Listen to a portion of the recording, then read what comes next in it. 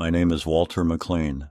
I'm 76 years old, a retired high school history teacher, and for the past 8 years I have lived with my daughter Linda and her husband Dave in a modest but respectable 2-story house on the edge of Indianapolis. After my wife, Elaine, passed away from pancreatic cancer, I lasted 6 months alone in our home before the silence and the smell of old books and empty sheets started to gnaw at me. I told myself I was managing, that the house was full of memories, not ghosts, but those memories turned sour in isolation, and the ghosts grew louder. It was Linda who first suggested I move in with them. She said it like a casual offer, while I sat across from her at her dining table, sipping weak tea and feeling like an exhibit at a museum, an artifact from another era they couldn't quite throw away but didn't know what to do with. At the time, I was grateful. She was my only child. She and Dave had a spare room, and I had a pension, a car I barely used, and no desire to spend my remaining years eating microwave dinners in front of cable news. That was the arrangement. I would move in, pay a fair monthly contribution to utilities and groceries, and keep to myself. I asked for very little, just the back bedroom and the right to tend to the garden, which had been neglected when they bought the place. I repainted the shed, planted marigolds, built a lattice for the climbing roses, and turned a patch of their weedy backyard into a small vegetable plot. For a while, I thought I had found a version of peace. Not the one Elaine and I had imagined for our twilight years, but at least a version where I had purpose. I didn't meddle. I didn't comment on Dave's politics or Linda's long working hours. I took my walks in the morning and watched Turner Classic Movies in the afternoon. I cooked dinner twice a week, lasagna and baked salmon on rotation, and I always made sure to ask before using the oven.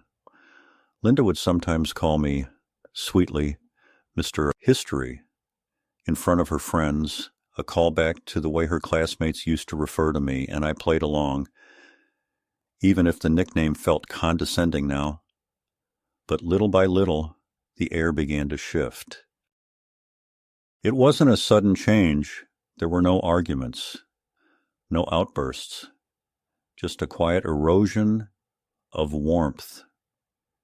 It began with small things, like the way Linda stopped asking if I wanted to join them when they went out to dinner.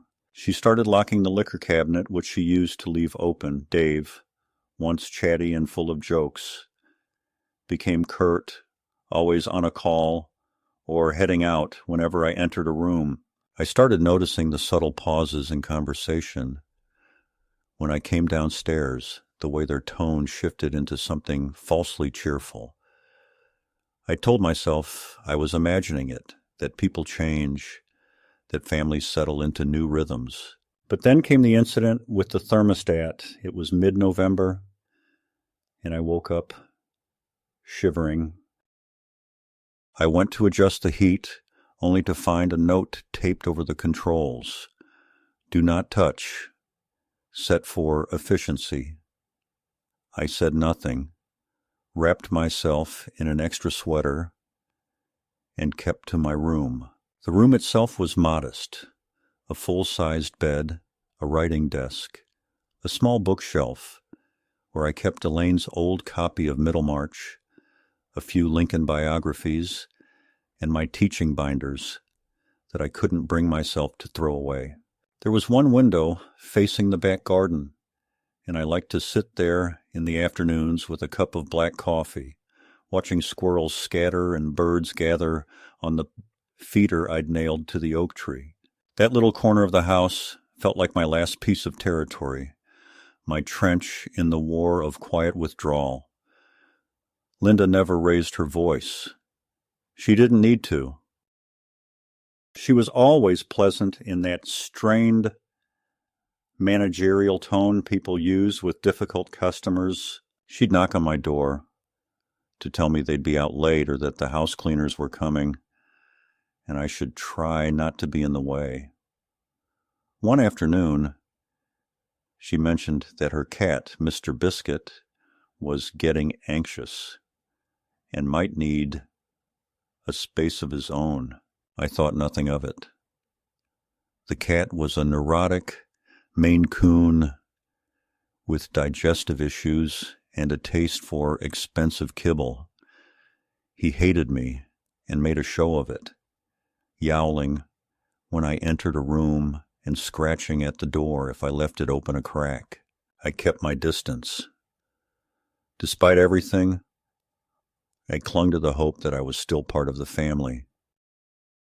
On Thanksgiving, I ironed my old wool blazer, the one Elaine had picked out years ago at a church sale, and came downstairs expecting to join Linda and Dave at the table. Instead, I found a note. At Dave's sister's place this year. Turkey's in the fridge. Help yourself. I ate my meal alone with canned cranberry sauce and cold stuffing, trying to convince myself it didn't matter. Sometimes I would catch sight of myself in the hallway mirror and be startled by the image. A tired old man with thinning hair and sad, watery eyes. Someone I didn't recognize. My hands still looked strong, veined and calloused from decades of turning soil and grading papers, but the rest of me felt like a shadow of the man I had been. In my dreams, I would hear Elaine's voice calling me back to the home we shared, the one I had sold too quickly, thinking I would find comfort in proximity to blood. I should have known better. What kept me going were the routines. I made my bed each morning with military precision, watered the roses even when they started wilting in the early frost, and reread passages of A Tale of Two Cities just to feel the weight of memory. I even started journaling again, something I hadn't done since Elaine's diagnosis. I wrote about the weather, about the way Linda and Dave barely looked at me anymore, about the cat's territorial behavior. I didn't know what I was preparing for, only that something was coming, something I didn't yet have words for. And then one day I came back from a morning walk, my breath visible in the cold November air, and found the door to my room open. The bed was gone, the bookshelf was bare. My desk had been moved.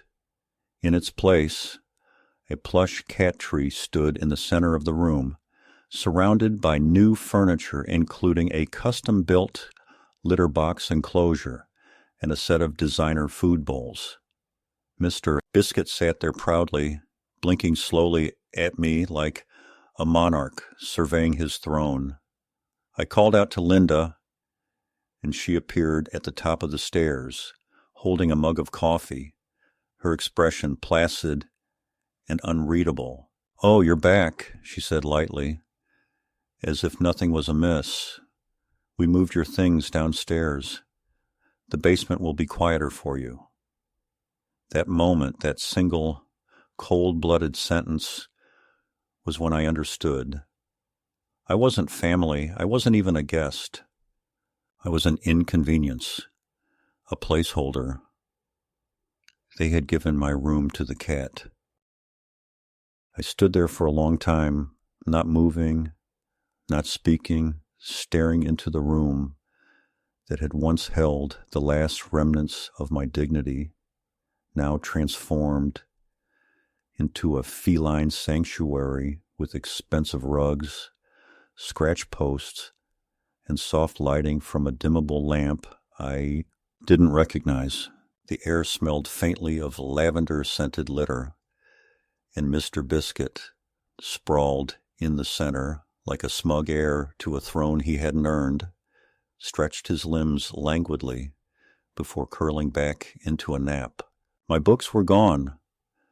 the framed photograph of Elaine from our 40th anniversary trip to Savannah nowhere in sight, and the chair I had sat in to watch the garden was replaced by a small, padded bench with paw-print cushions.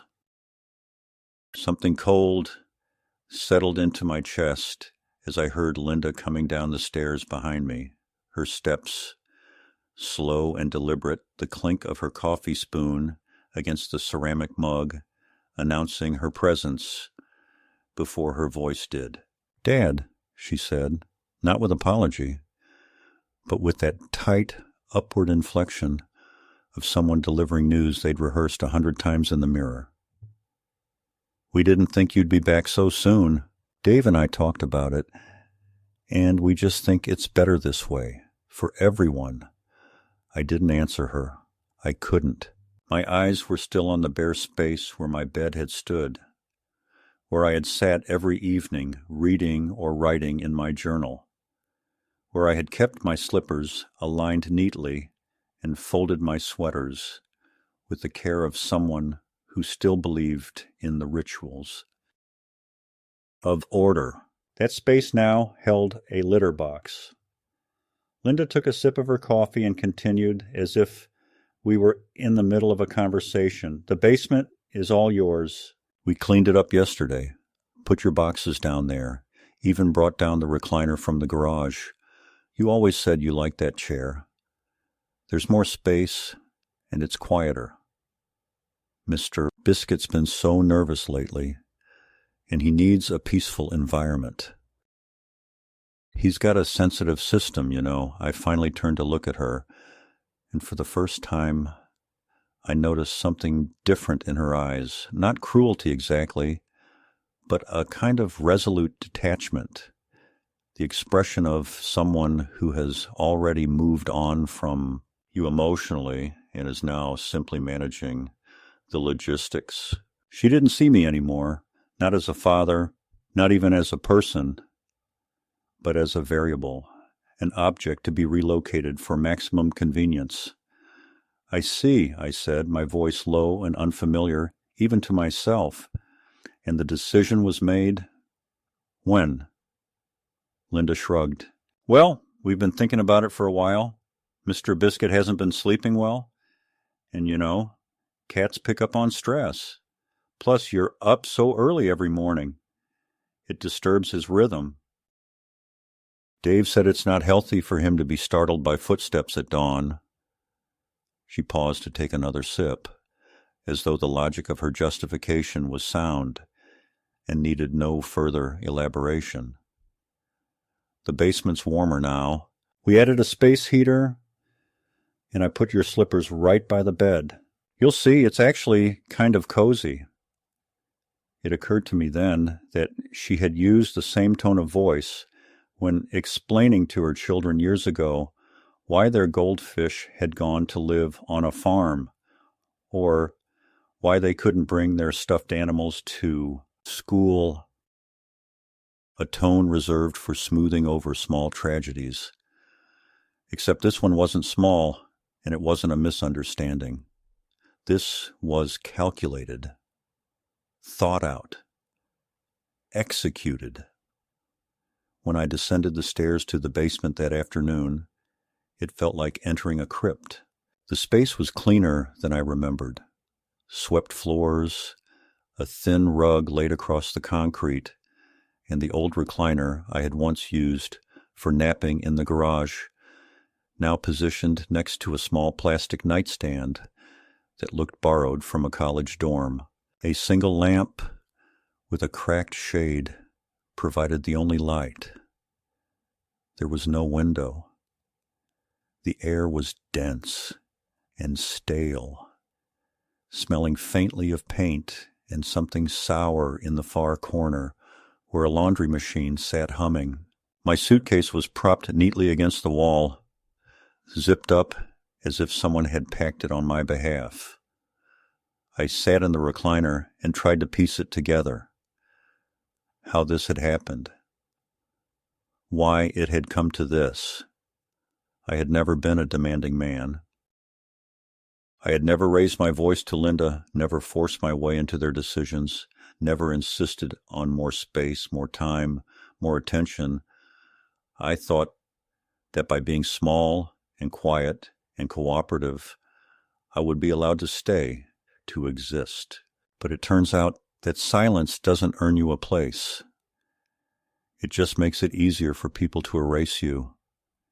The next day, I woke to the sound of Mr.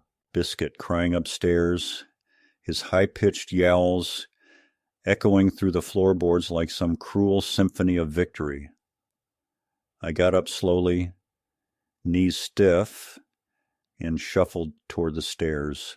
As I passed the furnace, I saw my boxes stacked in the corner, mislabeled, jumbled with misc, written in Linda's handwriting across one, Dad's stuffed junk on another. The journal I had been keeping was sitting on top, and I picked it up, flipped to a clean page, and began to write. They gave my room to the cat today. I wrote the sentence over and over again like a prayer, until my hand cramped. Later that afternoon, I tried to make small talk with Dave as he came home from work. He was polite but distracted, clearly uncomfortable. He offered me a sandwich he hadn't finished from lunch, then left it on the counter and disappeared upstairs. Linda emerged 20 minutes later, announced that they were having a couple's night in, and gently but firmly closed the basement door behind her. It was then that I realized they had added a latch to the inside of the door, so it would stay closed unless someone from above opened it. The days blurred together after that. I kept to the basement, only coming up when I had to. Bathroom, food, the occasional trip to the garden when no one was looking. My knees ached from the stairs, and my sleep became fractured, haunted by the sound of the cat running overhead, thumping his way from room to room, like a king surveying his dominion. Linda bought him a new bed, which I saw delivered in a large ribbon-tied box that she opened with more excitement than I had seen in her in years. I began to notice other things, mail addressed to me now being opened and sorted by Linda before I ever saw it. My toiletries slowly disappearing from the upstairs bathroom, and even my reading glasses once found on the kitchen counter, now relocated to a drawer in the basement for convenience. My autonomy was being dissolved, my presence reclassified from resident to tolerated relic. The final insult came a week later when I returned from the garden to find that the latch had been engaged from the inside. I knocked gently. Nothing. I knocked again, louder. Still nothing. I waited 20 minutes before Linda opened it, with a bright, innocent smile. "Oh, Dad," she said, "Mr. Biscuit gets anxious when the door's open too long. He needs boundaries, you know. He's very sensitive to stimuli." That night I didn't sleep. I lay awake in the basement, staring at the low ceiling, and thought of Elaine. What would she say if she saw me now, banished to the dark like an unwanted house guest, while our daughter pampered a cat with dietary restrictions and Instagram followers? I tried to summon her voice in my head, the way she used to read to me when I had trouble sleeping. Poetry mostly, Frost and Eliot, her voice low and clear, her hand resting lightly on mine, but nothing came. Just silence. Just Mr. Biscuit's purring, vibrating faintly through the floorboards above. I realized then that this was not just about space or inconvenience. It was about rewriting the story. I was being written out of the narrative, quietly, without confrontation, erased in favor of a life that no longer included me. They didn't want to fight. They just wanted me to slip away, unnoticed, until one day they could say, "He wasn't well," or "It was time," and no one would ask questions. And perhaps the most painful part was knowing that they might even believe it themselves. It was during the second week of my new life in the basement that I began to notice something peculiar about my belongings, or rather, the quiet, systematic disappearance of them. At first, it was little things, nothing substantial enough to raise a direct complaint without sounding paranoid. My old wool scarf, the one Elaine had knitted me during the blizzard of '83, was no longer draped over the coat rack where I had left it.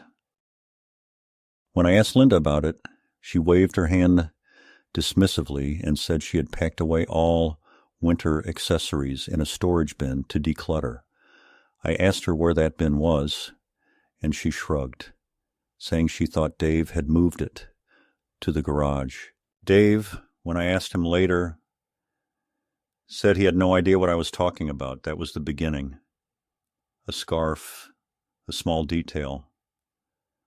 A few days later, I noticed my electric razor missing from the bathroom drawer.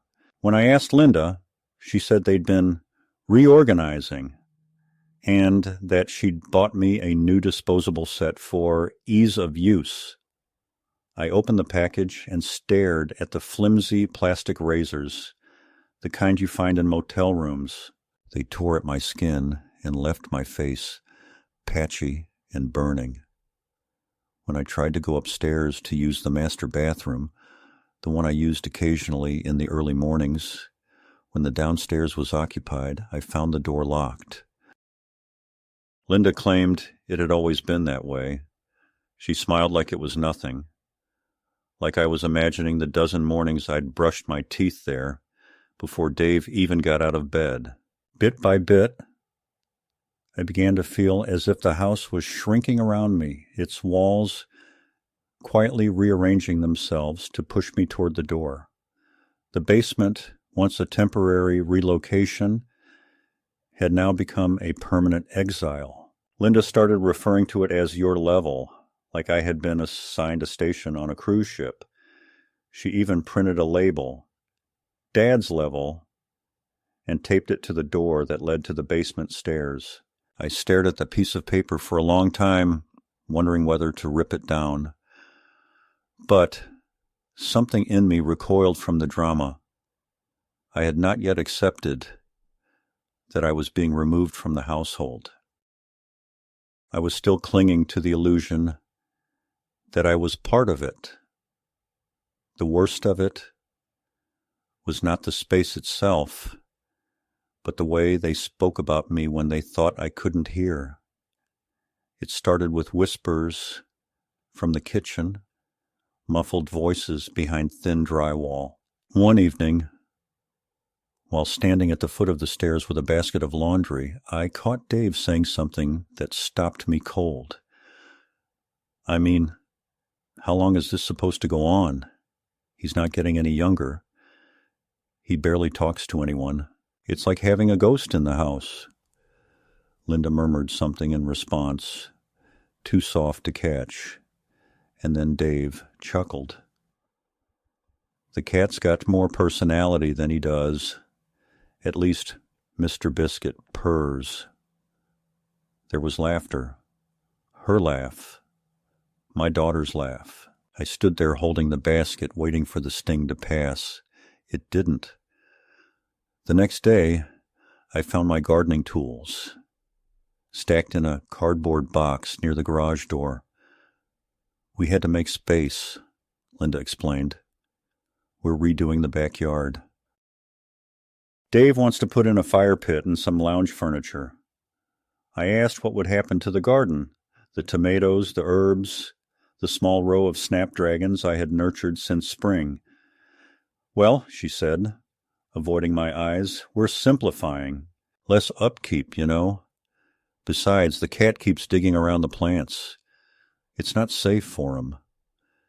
I stood in the yard that afternoon, looking at the small patch I had cultivated for nearly 2 years. The soil was dry, as if it too had given up. I pulled a few weeds with my bare hands and left the rest. That night, back in the basement, I opened my journal and tried to write something, anything, but all that came was a single sentence. They are making me disappear. It wasn't just about physical removal anymore. It was about narrative. I began to see how the story of me was being rewritten in their eyes. I wasn't Walter, the man who raised Linda, who taught history to thousands of students, who held Elaine's hand in the hospice until the last breath. I was Dad, a vaguely obstructive presence who needed managing, streamlining, erasing. When visitors came over, I was never introduced. I was told to rest, to relax, to take the day to myself, as if I were a fragile antique to be kept in storage until company left. Then came the Sunday dinner. They had invited a couple over, friends of Dave's from work, I gathered. I had heard the clinking of wine glasses, the laughter echoing through the vent in the basement ceiling, and the faint scent of baked chicken. No one called me. No one said a word about dinner being served. I sat in the basement with a can of soup, the television on mute, listening to them toast to something I wasn't part of. At some point, I climbed the stairs, paused at the top, and listened. Linda was telling a story about the time Dad forgot his medication and started talking about the Cold War like he was there. The guests laughed. Dave added something about me thinking the toaster was a telephone. Another round of laughter. I turned and went back downstairs. But not before I heard Linda say, "He's harmless, just a little out of it. We're thinking of looking into a care situation soon. Assisted living, maybe." That night I sat at the small desk in the basement and reread the deed I had kept hidden in a folder at the bottom of my suitcase. It was the document from 5 years ago when I had sold my house after Elaine passed and given Linda and Dave the bulk of the down payment for their new place. This place. At the time, they had insisted that I sign as a co-owner. "That way, you'll always have a place," Linda had said, her hands warm around mine. "We're in this together." I hadn't thought much of it then. I just wanted to be close to family. I didn't care about the technicalities, but as I studied the document again under the dim light, I noticed something important. My name wasn't just there as a co-borrower for the mortgage. I was listed as a co-owner of the property. 1/3 equal rights, no sale or transfer without my consent. A slow, steady warmth began to rise in my chest. It wasn't joy. It wasn't vindication. It was resolve. They had pushed me little by little into the shadows.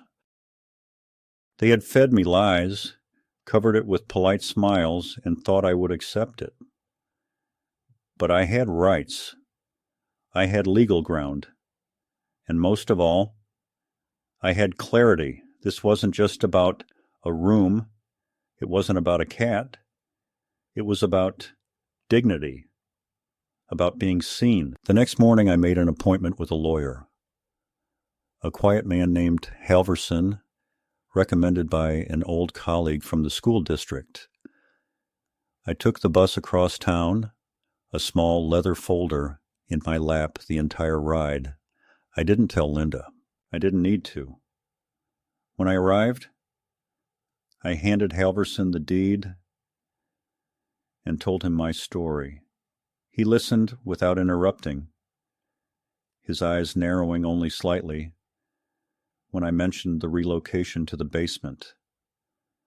"You're an equal owner," he said when I finished. "You can initiate a sale, or at the very least, force a negotiation." I nodded. "I'm not sure I want to sell, but I want them to know I could, that they can't treat me like this." Halverson leaned back in his chair. "We'll draft a notice." A formal one. That should start the conversation. When I returned home, the house was empty. Linda had left a note on the kitchen counter. "Vet appointment for Mr. B dinner is in the fridge." The note was signed with a heart. I stared at it for a long time, then crumpled it and dropped it in the trash. I didn't eat dinner. I went to the backyard instead, the sun hanging low behind the neighbor's fence, and sat on the old wooden bench I had built the summer after moving in. The garden was mostly gone now, replaced by a gravel path and a few decorative stones, but I could still smell the faint memory of rosemary in the soil. This was not how I had imagined old age. I had thought there would be peace, not exile. Family, not silence. But I also hadn't imagined that I would be tested like this, or that I would find in myself the same resolve I had once taught my students about in lectures on Frederick Douglass and the Reconstruction era. They thought I was invisible. They thought I had given up. But they were wrong. 2 days after my meeting with the lawyer, I received a letter in the mail addressed to me, not to Dad or Walter, but to Mr. Walter McLean, typed formally, and sealed in a proper envelope. It had been forwarded from Halverson's office. Inside was a certified notice, a draft of formal intent, stating that I, as co-owner of the property at 1143 Woodpine Circle, was exercising my right to initiate a partial asset evaluation and legal review for potential property division. The letter, written in clinical legalese, was not a declaration of war. It was a tap on the shoulder, a polite but unmissable reminder that I still existed, still had legal standing, still had agency. I didn't tell Linda or Dave I had it. I simply placed it in a blue folder and slid it into the narrow drawer of my basement nightstand next to a small flashlight and a bottle of ibuprofen. But they found out soon enough. It must have arrived at the same time at their end, because the very next morning, as I was making myself coffee in the corner of the kitchen, an activity that had recently been delegated to your little area downstairs, as Linda called it, I found her standing in front of the basement door, arms crossed, eyes slightly wild. "What is this?" she asked, holding the letter like it was radioactive. I took a slow sip from my chipped mug before answering.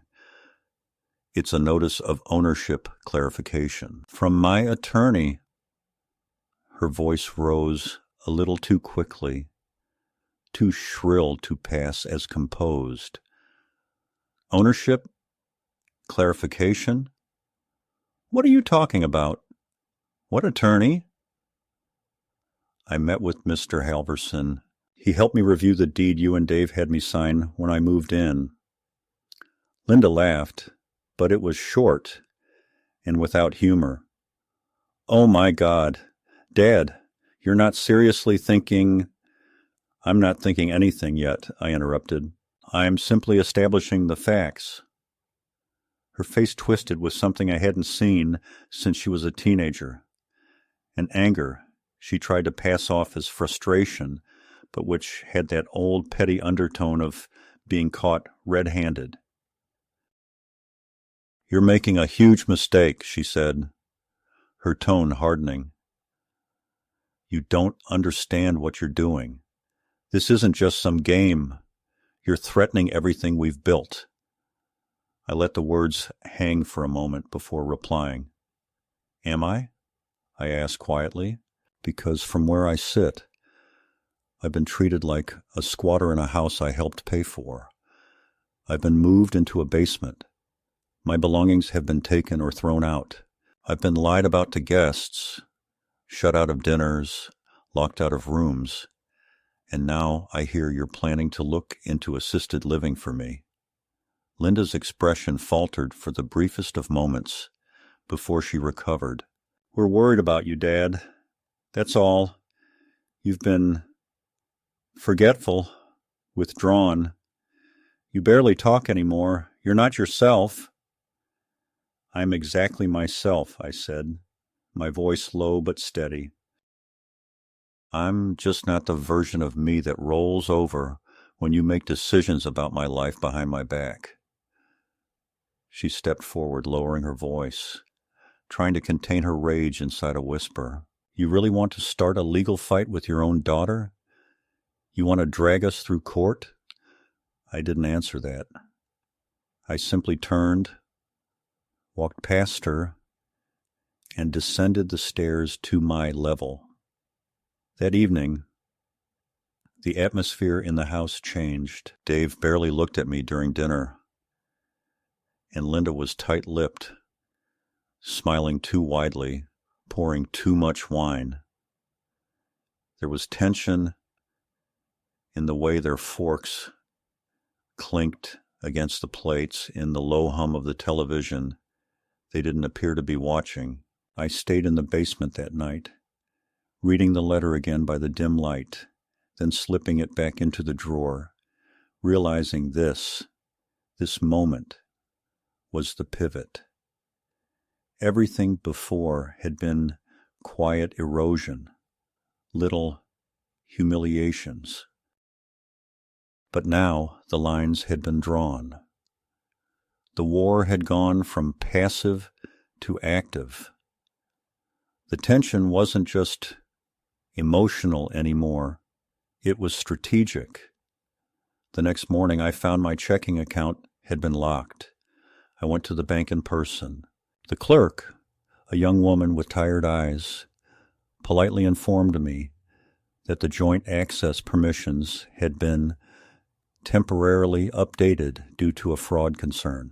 When I asked who had made the change, she hesitated, then showed me a document with Linda's signature at the bottom. She said you'd approved it verbally, the clerk added, looking unsure. I did no such thing, I said calmly. Reverse the block. Now, I spent the rest of the morning with the bank manager, explaining the situation, providing ID, answering questions only I could have known, and finally reestablishing full control of my accounts. On the way home, I stopped by Halverson's office and told him what happened. He shook his head slowly. It's starting, he muttered, scribbling notes. They're testing how much pushback they'll get. From now on, document everything. That night, Dave cornered me in the hallway. It was the first time in weeks he'd spoken to me directly, without Linda present. What exactly do you want? He asked, arms folded, voice low. You want us to pay you back? Is that it? You want to sell the house out from under us? I want you both to understand that I'm not going to disappear, I replied. That's all? He sneered. Well, you've made your point, haven't you? Congratulations. I looked at him for a long moment. I had taught hundreds of boys like him, charming when it served them, dismissive when it didn't. I didn't answer. I turned and walked past him, back down to the basement. The following day, my doctor's office called. I had a routine checkup scheduled, but the nurse sounded confused. Mr. McLean, did you cancel your upcoming appointments? No, I said slowly. Why? There's a note here. It says you're entering assisted care and all primary care should be transferred. Did your daughter mention this to you? I almost laughed. "No," I said. "She didn't." I hung up and stared at the wall for a long time. That was the day I began photocopying every document, scanning every record.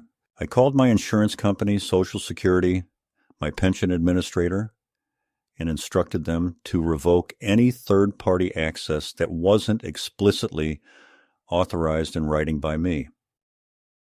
I visited my old school district office and requested a formal reprint of my teaching records.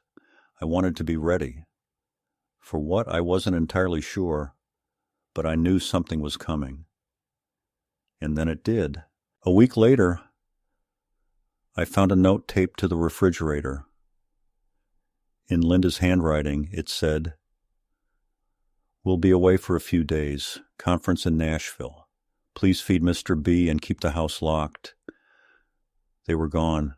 Just like that. They left me alone in the house for 4 days without speaking another word about the letter, the bank incident, the doctor's call. I walked through the rooms freely, something I hadn't done in months. I sat in the living room, open windows, read in the daylight. But even in that silence, I knew it wasn't peace. It was retreat. They were planning something. This was the calm before the next strike. So I began planning too. I visited a realtor, a kind woman named Mary Ann with sharp eyes and a calming voice. I told her about the house. She came to inspect it under the pretense of being a friend of the family, and after a quick tour, she told me the house could easily list for $560,000, possibly more. I thanked her and said I'd be in touch. Then I went back to Halverson. "I want to prepare a legal trigger," I said. "If they try anything again, anything at all, I want to be ready to file for a forced sale." He looked at me with a kind of quiet respect. "You've got it." That night, back in the basement, I opened my journal again.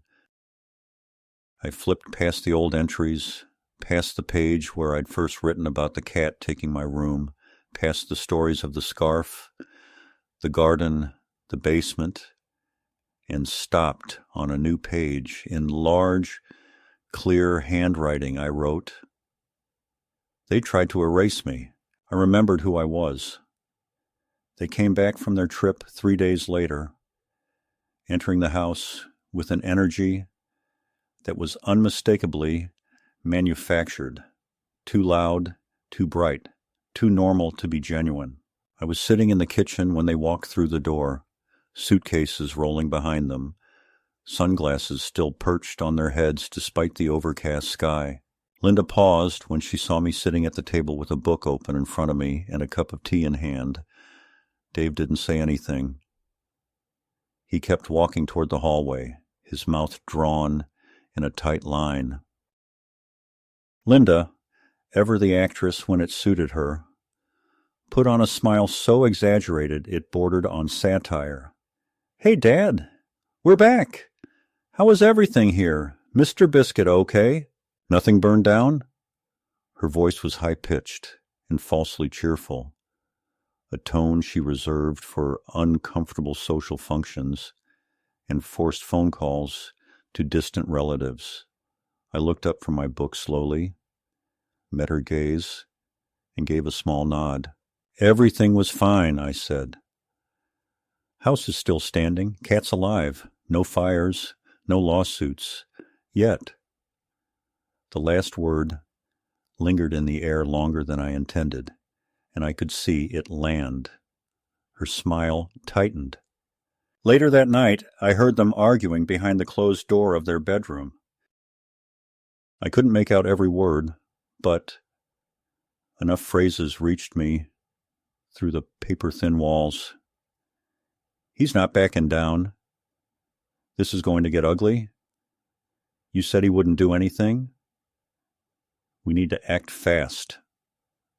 The next morning, I found that The door to the basement had been fitted with a lock on the outside, not a latch, not a child-proof handle, but an actual keyed lock that could be secured from the upstairs hallway.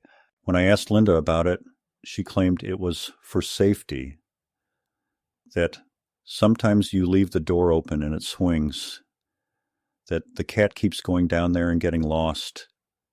I stared at her, waiting for her to flinch, to show even a trace of shame. She didn't. Instead, she placed a key on the kitchen counter and said, "Of course you'll have a key. It's just for emergencies." I didn't take the key. I walked away. The lock was the turning point, not the beginning of my confinement, but the beginning of their belief that they could start managing me like property. I knew what it meant. If they felt comfortable locking the door now, they'd feel comfortable locking me in later. They weren't planning for coexistence anymore. They were planning for control. The next escalation came quietly, insidiously, wrapped in the sterile language of official forms and procedural language. A letter arrived, addressed to me, stamped from a medical review board I had never contacted. It informed me that I had been preliminarily scheduled for a mental competency evaluation due to concerns raised by my immediate family regarding memory loss, confusion, and judgment impairment. I read the letter 3 times, each word burrowing deeper into my skin like a splinter. I called Halverson immediately. He asked me to bring the letter to his office. He read it silently, then looked up at me and said, "They're trying to declare you incompetent, Walter. This is the first step in a guardianship proceeding. If they succeed, you'll lose control of your finances, your property, your medical decisions, everything." I stared at the floor for a long time before answering. "They've already taken my room," I said. "Now they want to take the rest," Halverson nodded grimly. "You'll need to undergo an independent medical exam. I'll arrange it through our own channels. But you need to be very careful. If they sense you're resisting too openly, they might try something more drastic." More drastic came sooner than expected. That weekend, Linda hosted a dinner party under the guise of celebrating her promotion at work. I wasn't invited, of course, but I wasn't exactly forbidden either. I stood in the corner of the living room. As guests arrived, watched her glide around the room in a silk blouse, watched Dave pour drinks and make jokes about stress and retirement. At one point, Linda introduced me to a couple I didn't recognize, smiling, that rehearsed smile. "This is my father," she said. "He lives with us now. It's been an adjustment. He has his quirks. But we manage." The woman nodded sympathetically, leaned in as if she were confiding in me. "My father lives with us, too. It's not easy, is it?" I opened my mouth to answer, but Linda cut in. "Dad's been through a lot. We've had to put some support in place, doctor visits, medication. It's hard to watch the decline." That was the moment. I realized they were building a narrative, a slow, calculated rebranding of my identity from man to burden, from resident to liability. I said nothing at the time, but when the party ended and the last guest had gone, I asked Linda to sit down at the kitchen table. "Let's be honest now," I said. "Are you planning to put me in a facility? Is that the goal?" She didn't answer right away. She poured herself a glass of water, drank half of it, then sat down across from me. "Dad," she said slowly, You need more care than we can give you. We're just trying to make sure you're safe. I'm not unsafe, I said. You're not worried about my safety. You're worried I'll use my legal rights. You're worried I'll take back what I gave you. She didn't deny it. Instead, she said, you don't understand how much stress this is putting on us. This house, the mortgage, Dave's job, the cost of your food, your prescriptions. It's not easy. I stared at her. I paid for this house, I said. I gave you the down payment. I helped you secure the loan. I signed the deed. You promised me a place. Instead, you gave my room to a cat. Her face flushed red. Don't be dramatic. We never meant to hurt you. But things change. Needs change. We're doing the best we can. You're doing the best for yourselves, I said. I've seen the accounts. I know about the refinance. I know about the equity loan you pulled using the house without telling me. Her eyes widened slightly. She hadn't expected that. You had no right to. I had every right, I said. I'm a co-owner. She stood up suddenly, knocking her chair back. I can't talk to you when you're like this. Like what? I asked. Paranoid, bitter, vindictive. Like a stranger. Maybe I've become a stranger, I said. You made me one. After that, the gloves came off. Dave stopped speaking to me entirely. Linda became passive-aggressive, leaving notes instead of talking, replacing the lock on the refrigerator with one that required a code she wouldn't share. I began eating out when I could, spending afternoons at the library or wandering the grocery store aisles, not because I needed anything, but because it was the only place I could still walk without being watched. The cat, Mr. Biscuit, started avoiding me too, as if he had inherited the household's distrust. I couldn't blame him. In that environment, loyalty was a foreign language. The independent evaluation took place 2 weeks later. Halverson had arranged it with a licensed neurologist and a psychologist, both of whom conducted their assessments over a series of quiet, respectful sessions. They asked about my memory, my sense of time, my understanding of current events, my handling of finances. I performed well. They asked me to draw a clock, recall 3 words, explain what I would do if I smelled smoke in a theater. All simple questions I answered with clarity. They made notes. They asked about Linda. About my living situation, I told them the truth. When the results came in, Halverson called me to his office. You passed, he said. No signs of cognitive impairment. You're of sound mind, fully competent. Their petition will fail. I nodded. Good. But, he said, they won't stop. I know. That night, I opened a new bank account. In my name alone. I moved my pension deposits, redirected all my mail to a post office box, and began looking for an apartment. I found one across town, small but clean, in a senior-friendly complex with a little balcony and enough space for books and a desk. I signed the lease. I paid the deposit. I didn't tell Linda. A few days later, I returned home, packed a single suitcase, and left a letter on the kitchen table. It read, Linda, Dave, this house no longer feels like home. I found a new place. I will not be returning. Do not attempt to contact me. I have retained legal counsel. Any further communication can go through him. Dad.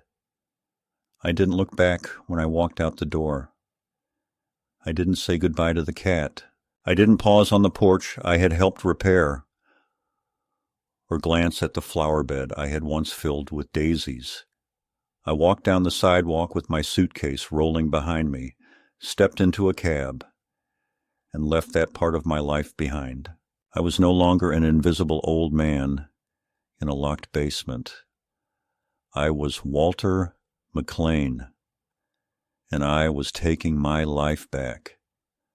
The first morning in my new apartment was startlingly quiet, but not in the oppressive way I had come to associate with silence. It was the silence of choice, of space reclaimed, of finally being able to hear myself think without the creak of someone else's footsteps overhead or the constant hiss of judgment drifting down through floorboards. I sat on the small balcony with a cup of coffee, lukewarm and too bitter, watching the street below fill with early commuters and dog walkers. No one knew who I was here. No one watched me, managed me, corrected me. It wasn't much, but it was mine. I didn't have the garden anymore, or the big kitchen, or the comfortable armchair with its faded plaid pattern, but I had peace. And for the first time in what felt like years, I could breathe. I had expected to feel grief, or some deep and painful pang of loneliness. What I felt instead was clarity. I was free, and that freedom had come at a cost. I was finally ready to acknowledge. Halverson called me 3 days after I moved in. His voice was calm but urgent, a tone I had learned to associate with legal developments that required attention but not panic. "They've filed a counterclaim," he said. "They're contesting your right to remove yourself from the property without forfeiting your third. They want to claim abandonment and petition for quiet title transfer." I closed my eyes and exhaled. "So they're saying that because I left, I've given up my share?" "Exactly," Halverson replied. "But it's weak. You left voluntarily, yes, but not without cause. The documentation we've gathered, the photos, the locks, the medical appointment, your evaluations, they all point to coercive living conditions. That matters. But it also means we're now heading to court." I nodded slowly, the inevitability of it settling into my chest like dust. "Then we'll go to court," I said. "Let them explain the cat." The hearing was scheduled for 3 weeks later. In that time, I prepared. I worked with Halverson to assemble everything: copies of texts and emails, a timeline of events, photos of the lock on the basement door, receipts from the bank changes, statements from the neurologist and psychologist who had examined me. Halverson was methodical, reassuring, and quietly fierce in the way that only seasoned attorneys can be. He explained that our aim wasn't to destroy Linda and Dave, just to draw a line in the sand, to establish that I had rights, that I had not gone quietly into that good night. "They want you to be a problem that disappears," he said. "But we're going to make you a fact that cannot be erased." The morning of the hearing, I wore my best suit, navy wool, pressed the night before, with a tie that Elaine had once said that made me look respectable, but not boring. I arrived early, sat in the hallway outside the courtroom, and watched as Linda and Dave arrived, both dressed in muted tones, faces drawn. Linda saw me first. Her eyes flickered, something between surprise and irritation, then quickly cooled into the professional distance she used like armor. Dave didn't look at me at all. Inside, the courtroom was small, utilitarian, with beige walls and a row of fluorescent lights that buzzed faintly overhead. There was no jury, no dramatic gallery, just a judge, 2 lawyers, and a table for each side. Halverson presented our case with calm precision. He laid out the facts.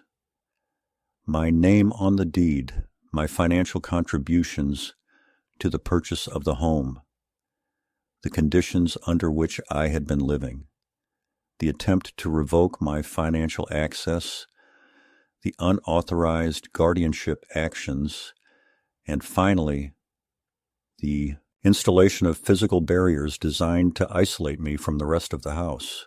He introduced documents and played a short recording captured accidentally on my phone of a conversation between Linda and Dave discussing how long the old man would last and whether he could be gently pushed out if the legal stuff didn't work. I hadn't wanted to use that recording at first. It felt cruel, but Halverson insisted it was necessary, that the court needed to hear the truth without polish. Linda's lawyer countered with a polished narrative of their own. Concern, stress, financial pressure, confusion about legal terms, and an assertion that I had misinterpreted benign intentions. They showed pictures of the cat's anxiety medication, cited articles about intergenerational conflict, and suggested that perhaps my withdrawal was a symptom of cognitive strain. Linda even took the stand, spoke in soft tones about the emotional toll of caring for an aging parent who wouldn't let her help. At one point, she even cried, a performance I had seen 1,000 times before, first when she was 5 and accused of breaking the neighbor's window again when she was 15 and caught sneaking out to meet a boy. It hadn't changed. When I took the stand, I told the truth. I spoke plainly. I described the basement, the locks, the removal of my belongings, the lies told to guests, the slow erasure of my place in the household. I explained how I had contributed not only money but trust, and how that trust had been met with polite eviction. I said nothing cruel. I named no names in anger. I let the facts speak. When I was finished, the judge asked one question.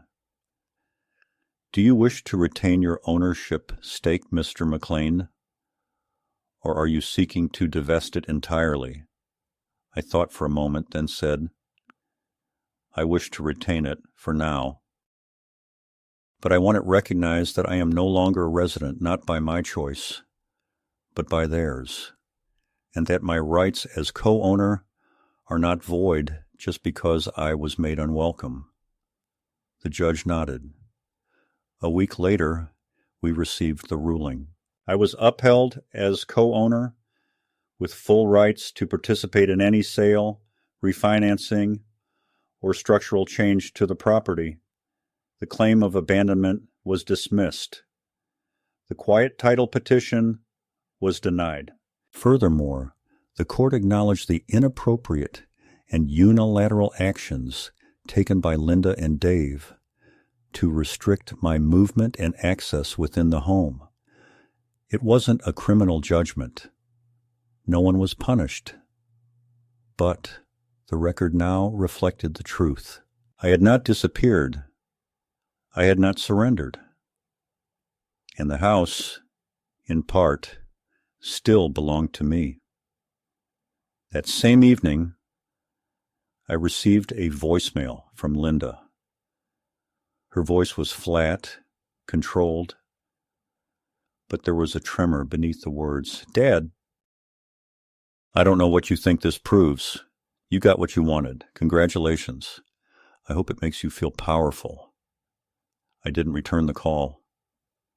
The next day, a letter arrived by certified mail.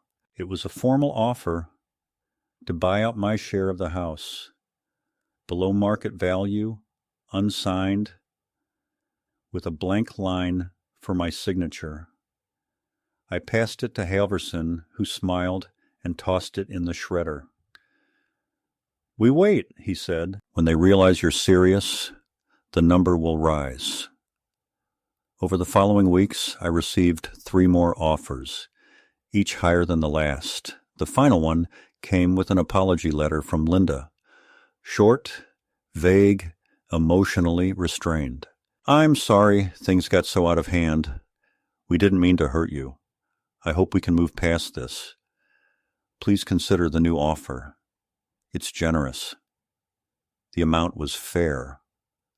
Not generous, not close to what the house was worth, but enough for a clean break. I called Halverson. "Let's counter. 20% above market value, or we force a public sale." He nodded. "That'll get their attention." It did. A month later, the house was listed. I didn't go back to see it one last time. I didn't walk through the garden or step into my old room or look for the chair in the corner. I didn't want to see what they had done to it, what pieces of me had been scrubbed away or painted over. I let the past go quietly, with no ceremony. When the sale closed, Halverson wired the proceeds to my new account. I looked at the number for a long time, not with greed, but with awe. Not because I had won, but because I had survived.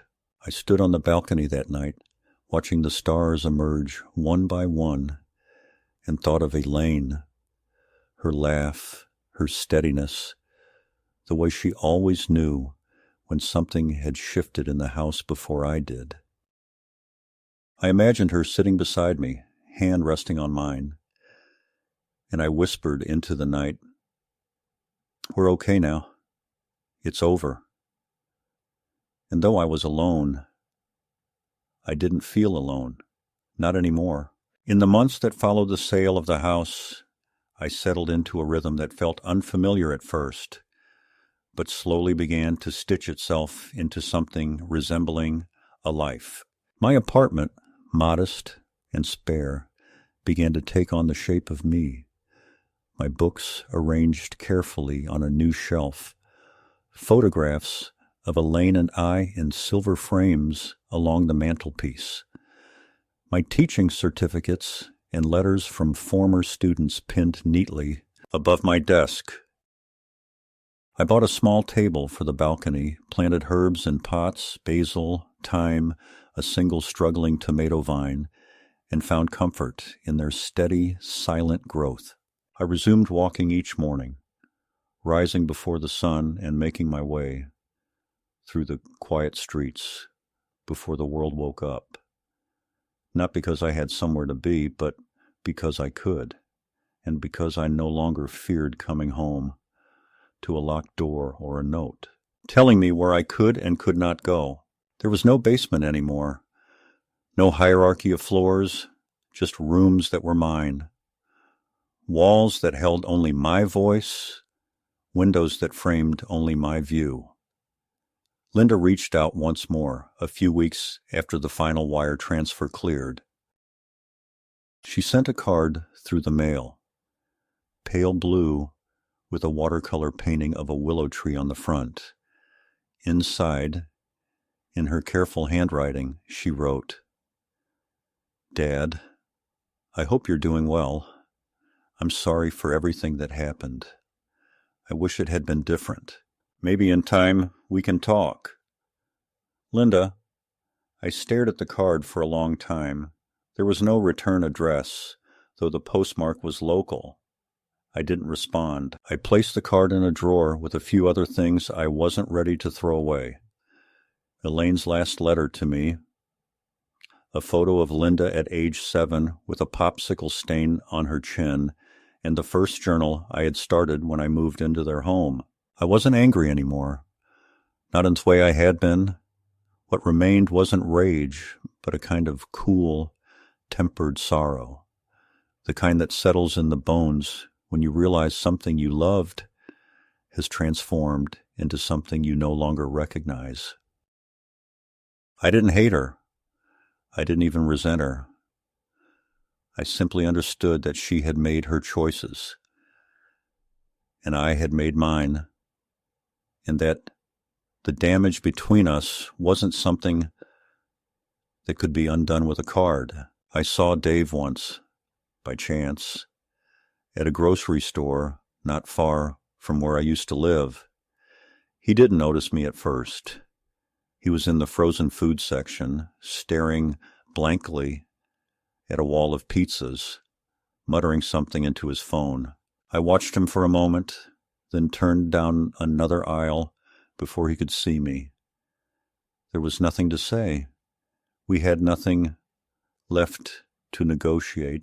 I left the store without buying anything, walked home slowly under a sky that threatened rain but never delivered it. And when I got back to my apartment, I made myself a simple meal and read for an hour before bed. It was a quiet life, but it was mine, entirely mine. Sometimes I catch myself wondering what became of Mr. Biscuit, whether he still rules over whatever corner of their new life he occupies, whether they miss the room they gave to him, whether they ever speak about me, about what happened. I wonder if Linda lies awake at night, asking herself where she crossed the line, or if the story she tells herself is cleaner than the truth. I don't dwell on it. These thoughts come and go like weather. I acknowledge them, then let them pass. More often, I think of Elaine, her voice, her laugh, the way she used to say my name when she was teasing me. I keep her photograph near the bed, and sometimes, before I sleep, I speak to her, not loudly, not with expectation, but softly, like someone remembering a prayer they used to know by heart. I tell her that I miss her, that I tried my best, that I finally found peace. I think she would be proud, not because I fought back, but because I remembered who I was when it mattered most, because I didn't let them rewrite me, because I chose dignity over comfort and silence over venom.